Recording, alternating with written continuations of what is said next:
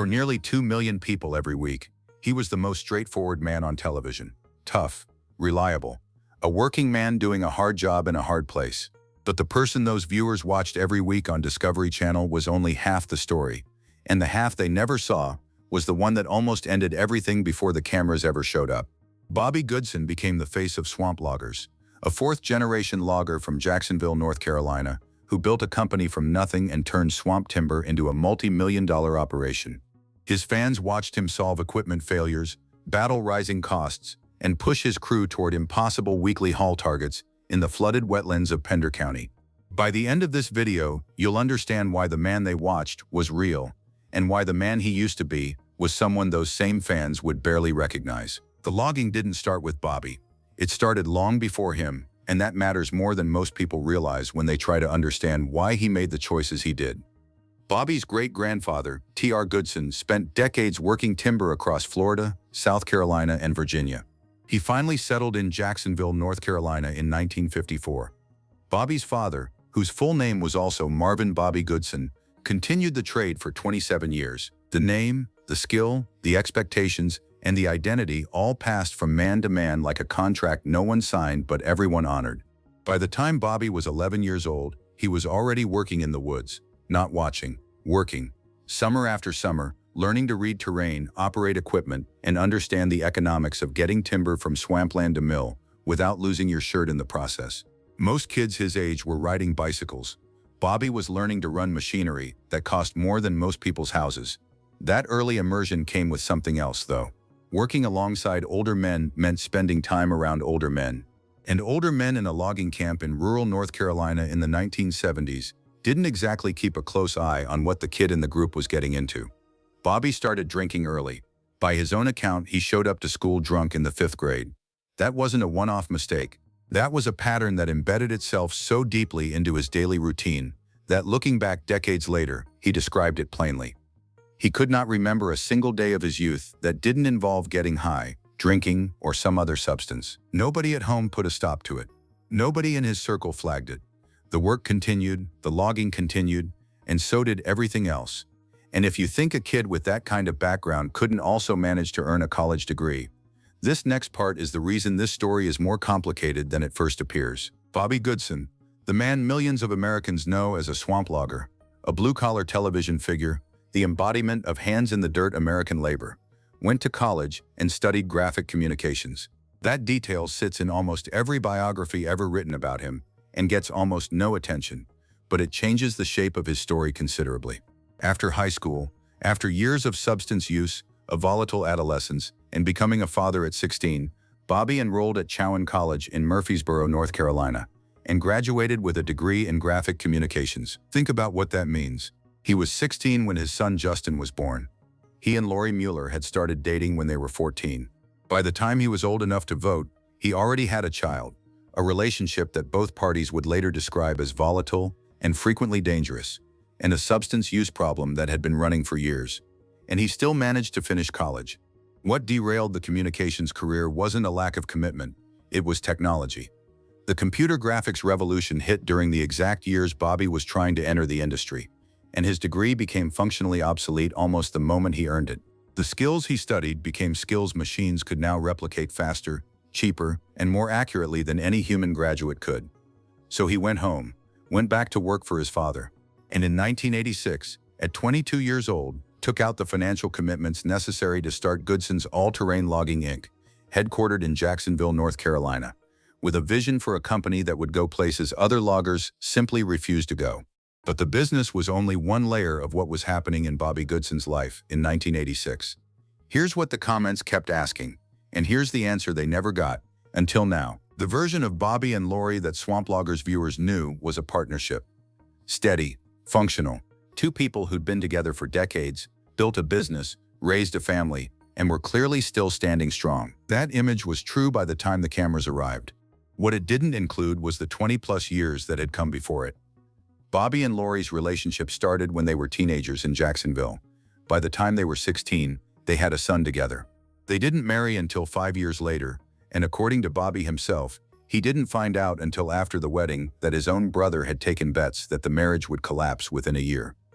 Both of them have described the early years of their relationship in stark terms. Bobby, by his own account, deliberately chose words designed to inflict maximum emotional damage when they argued. Lori held her own. She's described it clearly. If he pushed, she pushed back. If he screamed, she screamed. Two people who loved each other and had no tools whatsoever to manage that love without tearing each other apart. The substance use made it worse. Not gradually worse, much worse. Bobby was still drinking heavily and using other substances well into their marriage. The incidents in the house, doors knocked off hinges, holes in walls, were things Bobby sometimes had no memory of the next morning. Lori remembers them all. The night the trajectory finally changed started the same way dozens of other nights had. Bobby came home, and the situation escalated beyond what it had ever been before.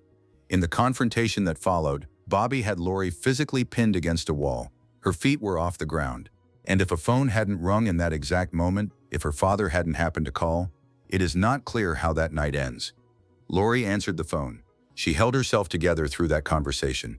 Bobby fell asleep, and the next morning, he woke up to a house that looked like a catastrophe he couldn't explain. That was the morning he decided he was done living the way he had been living. Most people who know this story stop here, but the real story starts right now. Bobby's conversion to Christianity wasn't a quiet, private thing. It reshaped everything. His marriage, his household, his parenting, eventually his public identity. He has described the change in direct terms. It wasn't therapy. It wasn't a program. It wasn't a gradual shift. He walked himself into a church and gave his life to that commitment. And the person who walked back out was measurably different from the person who had walked in. Not perfect, not finished, but different. Lori has said the same thing from her side of it. She watched a man she had every reason to give up on transform himself into someone she trusted completely. Their children grew up in that transformed household. Their grandchildren, 7 of them by the time Swamp Loggers went to air, were raised in the faith Bobby had found after years of destruction. What this meant for the business was practical as well as personal. Bobby poured everything into Goodson's all-terrain logging through the late 1980s and 1990s. He employed family. He hired people from the community who needed real work. And in 1996, a full decade after starting the company, he made the technical pivot that would eventually make him famous: shovel logging. Most loggers working timber in the swamps of North Carolina in the 1990s were pulling back from the flooded interior sections. The terrain was too unpredictable, the equipment damage too expensive, the margins too thin. Bobby moved in the opposite direction. He adopted an extraction method that required purpose-built machinery, feller bunchers with 61-inch rotating blades mounted on equipment designed to operate in standing water, and developed the technique of using the felled trees themselves to create temporary roads into the swamp interior. Tree on top of tree, building a path forward one load at a time. His $425,000 feller buncher was the most expensive piece of equipment most of his crew had ever seen up close. His fleet of 6 Kenworth trucks, each loaded to 84,000 pounds gross combination weight, ran 700 to 800 miles a day. To break even for a given week, the crew needed 75 loads delivered to the mill. To earn the crew their bonus, the 100-load week that Bobby funded with a barbecue cooked by crew member Dave, they had to push harder than most operations would consider reasonable. And that's when the decision was made, the one nobody around him saw coming. Pilgrim Films approached Bobby Goodson with a television concept, and to his credit, Bobby's first instinct was skepticism. He didn't see himself as a television figure. He saw himself as a man with a job that happened to be unusually demanding, unusually technical, and unusually interesting to people who'd never watched a $425,000 machine cut a path through standing water in a North Carolina wetland. Swamp Loggers premiered on Discovery Channel in 2009. By any reasonable metric, it worked immediately. Close to 2 million viewers per episode put it near the top of primetime cable ratings during its run. The show ran 4 seasons before ending in 2012, by which point Bobby Goodson's face was genuinely recognizable to a significant slice of rural America. The version of Bobby that viewers met was the reformed version, the family man, the employer of 17 full-time workers who knew all of their names, their family situations, their career histories, the man who cooked a barbecue for his crew when they hit their targets, the man who had built a business through grinding work and passed the trade to his son Justin, who ran his own log trucking company and would have been the 5th generation to carry the Goodson name in timber. None of the early years showed up on screen. The substance use, the volatile relationship, the incident that changed everything. None of it was part of the swamp logger's narrative, because none of it needed to be. By then it was old history, and the man audiences were watching had genuinely left that version of himself behind. But the gap between the two identities, the public Bobby Goodson and the private history of how he got there, was wider than almost any fan watching from their couch could have guessed. What happened next is the reason this story spread across the internet. The show ended in 2012. The business kept going. And for the next decade, Bobby Goodson continued to operate Goodson's all-terrain logging the way he always had, with high equipment costs, thin margins, a crew of 17 people depending on him, and the constant pressure of getting enough loads to the mill every week to keep the lights on. The logging industry doesn't run on comfortable economics at the best of times. The business model that makes swamp logging viable depends on a precise balance between what the mills pay for timber and what it costs to extract it. That balance requires mills to respond to real-world input costs with reasonable speed. Bobby had watched that relationship strain in 2008 when diesel climbed past $4.80 a gallon, and he had told the mills directly he would not go through that again. Then 2021 and 2022 arrived. Diesel that had cost $1.99 a gallon was now sitting at $5.50. A fleet of trucks running 700 to 800 miles a day on engines that averaged 5 miles per gallon was burning through 68% of the operation's gross revenue before a single paycheck was written. Bobby had held out for 2 years watching those numbers move, hoping the mills would react the way a supplier-dependent business should react to a supplier cost crisis. They didn't. He described what happened from the mill's perspective with the clarity of a man who had heard every excuse. As long as trucks were lined up outside the gate, the mill's management didn't see a shortage. They saw supply. They saw leverage. One mill manager looked through the window and said, "What do you see?" Bobby told a trade publication. Of course there were a lot of trucks lined up waiting to get in. He said as long as he sees trucks lined up, there is no trucking shortage issue.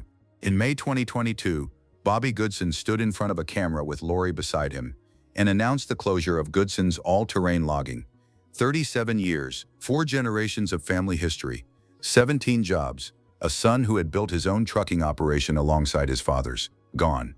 And if you think that was the end of the story, stay with me, because this next part is why the whole story matters. The financial mathematics of the closure were painful enough. The emotional cost was something different. Bobby Goodson had not built a logging company. He had built a legacy, a specific, intentional, multi-generational legacy that ran from T.R. Goodson settling in Jacksonville in 1954 all the way to Bobby's grandchildren starting to show interest in the family trade. The plan was not for Bobby to run the company forever. The plan was to hand it to Justin, who would hand it to his sons, who would carry a name and a skill set forward into the next century. That plan ended the moment diesel hit $5.50 a gallon and stayed there. Bobby was direct about the weight of it. He had told the industry for years that if mills didn't treat their timber suppliers as genuine partners, not just line items in a cost structure, the system would eventually collapse. A logging job the size of mine will lose hundreds of thousands of dollars waiting on mills to react, he said at the Richmond Expo in May 2022. And by the time they do react, it has increased again. His net worth at the time of closure was estimated at approximately $3 million, accumulated over nearly 4 decades of difficult, specialized, physically demanding work. He was not broke, but he was finished. He has said plainly that by the time the last piece of equipment left his yard, the finality of it would hit him in a way that hadn't yet fully registered while he was still busy cleaning up. Dozens of loggers from across the country reached out after the announcement. Email after email, call after call, from people who had made the same calculation quietly, without cameras, without a public audience. Bobby Goodson's closure was visible because Bobby Goodson was visible. The pattern behind it ran much deeper. He has continued to appear at industry trade shows and expos, maintaining his relationship with Tiger Cat Industries and staying connected to the logging world he spent his entire adult life in. His Facebook page and social media presence have remained active. His YouTube channel, where he documented the business for years, still carries the Goodson's all-terrain identity. And somewhere in North Carolina, a man who once couldn't remember a single sober day, who once nearly destroyed the one person who had stayed by him through everything, who built a company over 37 years and then watched the economics dismantle it in 2. That man is still standing, still talking about his industry, and still insisting the system can be fixed if enough people come out of the woods and fight for it. Bobby Goodson's story doesn't resolve cleanly because it isn't a clean story. It's the story of a man who carried two completely different versions of himself for decades, one that television audiences saw and one that his own family barely survived, and somehow turned the distance between those two versions into the most important work of his life. The question isn't whether Bobby Goodson succeeded. He did. He built something real, employed real people, raised a family, and left a mark on an industry that doesn't get nearly enough national attention. The question is, what comes next for the logging families Bobby described in his final public statements, the ones who shut down quietly, without a camera crew, without a trade publication running their story, with the same empty yard and the same impossible math. Bobby has said he believes the industry can turn around. His wife Lori believes the same. Whether that belief is enough to move an industry depends on something no single family can control. So here's the question worth sitting with. Bobby Goodson walked away from his company after 37 years because the economics made it impossible to stay. Was that the right call, or should he have found another way to hold on? Let me know what you think below.